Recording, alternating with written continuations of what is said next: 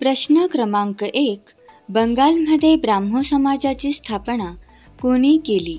उत्तर आहे बंगालमध्ये ब्राह्मो समाजाची स्थापना राजाराम मोहन रॉय यांनी केली. प्रश्न क्रमांक 2.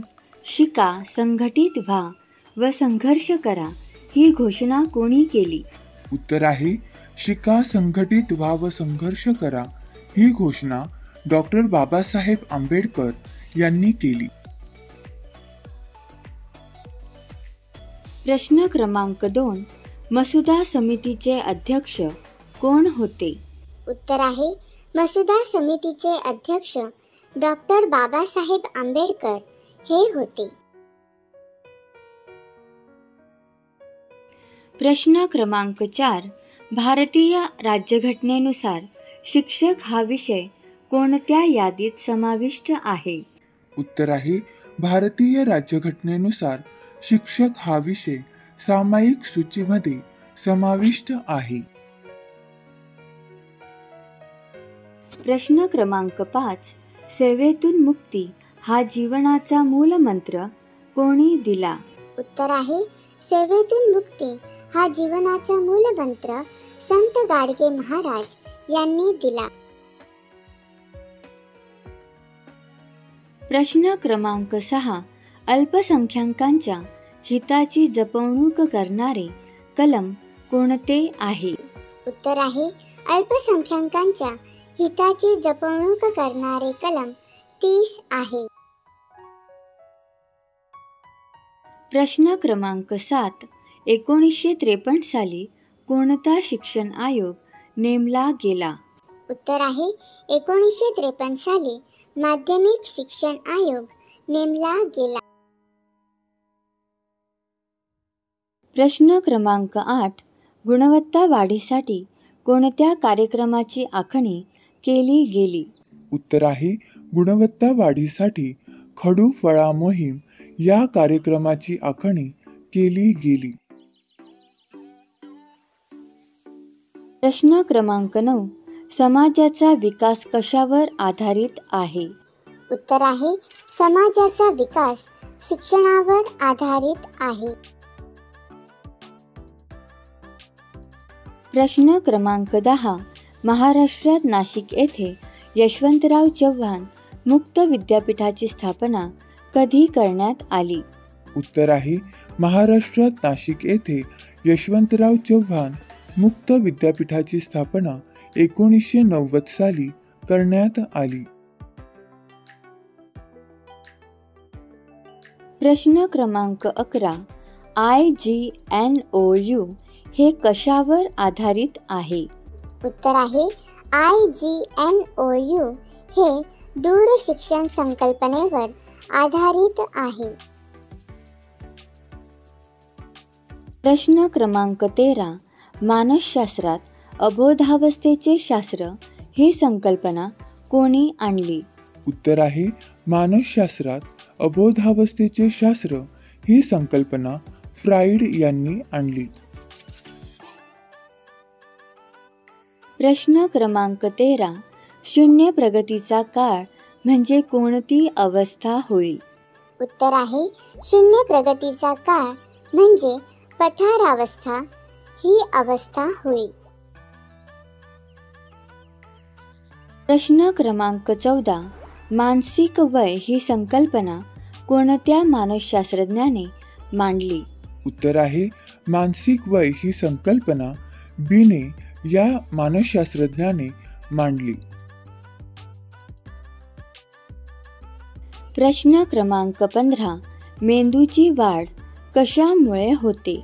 उत्तर आहे मेंदूची वाढ अंतःस्रावी ग्रंथींमुळे होते. प्रश्न क्रमांक 16. मानसशास्त्राचे जनक कोण आहेत? उत्तर आहे मानसशास्त्राचे जनक ॲरिस्टॉटल हे आहेत. प्रश्न क्रमांक 17. वारंवारता बहुभुज काढताना क्ष अक्षावर काय घेतात? उत्तर आहे वारंवारता बहुभुज काढताना क्ष अक्षावर वर्गांतर मध्य काढतात. प्रश्न क्रमांक 18. शालेय व्यवस्थापन ही कशी प्रक्रिया आहे?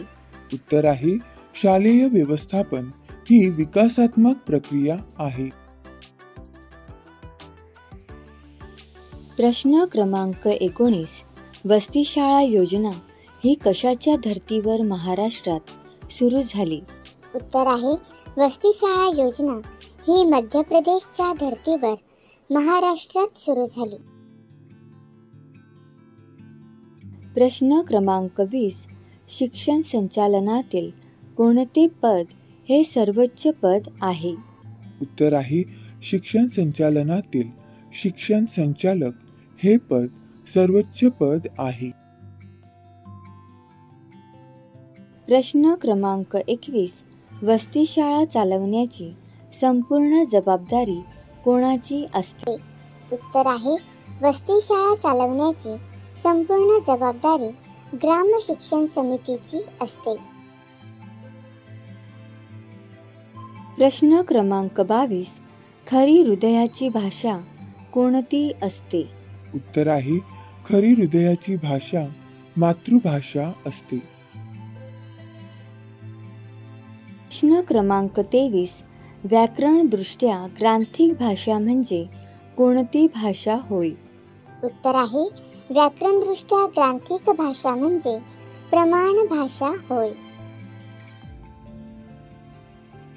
प्रश्न क्रमांक 24. नाटकाचे लघुरूप म्हणजे काय होय? उत्तर आहे नाटकाचे लघुरूप म्हणजे एकांकिका होय. प्रश्न क्रमांक 25. कुणाची पंचपदी प्रसिद्ध आहे? उत्तर आहे हर्बट यांची पंचपदी प्रसिद्ध आहे. प्रश्न क्रमांक 26. गणितातील सर्व शास्त्रांचे उगमस्थान काय आहे? उत्तर आहे गणितातील सर्व शास्त्रांचे उगमस्थान अंकगणित आहे. प्रश्न क्रमांक 27.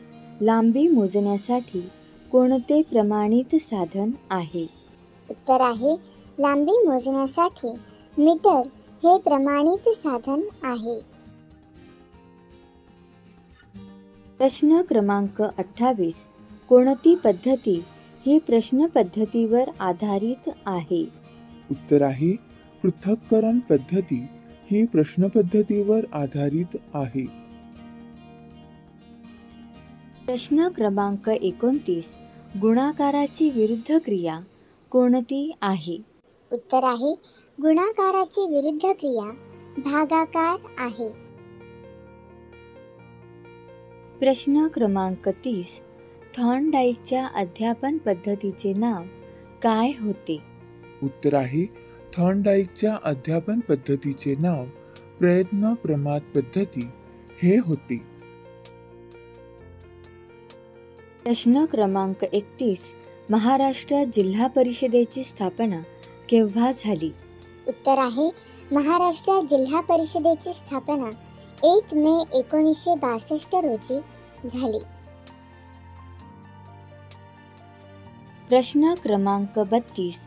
आनंददायी शिक्षण पद्धतीचा अवलंब प्रथम कोणत्या जिल्ह्यात करण्यात आला? उत्तर आहे आनंददायी शिक्षण पद्धतीचा अवलंब प्रथम अमरावती या जिल्ह्यात करण्यात आला. प्रश्न क्रमांक 33. सेवांतर्गत प्रशिक्षण यामध्ये कोणत्या गोष्टीला वाव असतो? उत्तर आहे सेवांतर्गत प्रशिक्षण यामध्ये कृती संशोधन व नव उपक्रमाला वाव असतो. प्रश्न क्रमांक 34. कोणता जिल्हा हा भारतातील पहिला संपूर्ण साक्षर जिल्हा होय? उत्तर आहे एर्नाकुलम हा भारतातील पहिला संपूर्ण साक्षर जिल्हा होय. प्रश्न क्रमांक 35. OHP म्हणजे काय? उत्तर आहे OHP म्हणजे ओव्हरहेड प्रोजेक्टर होय.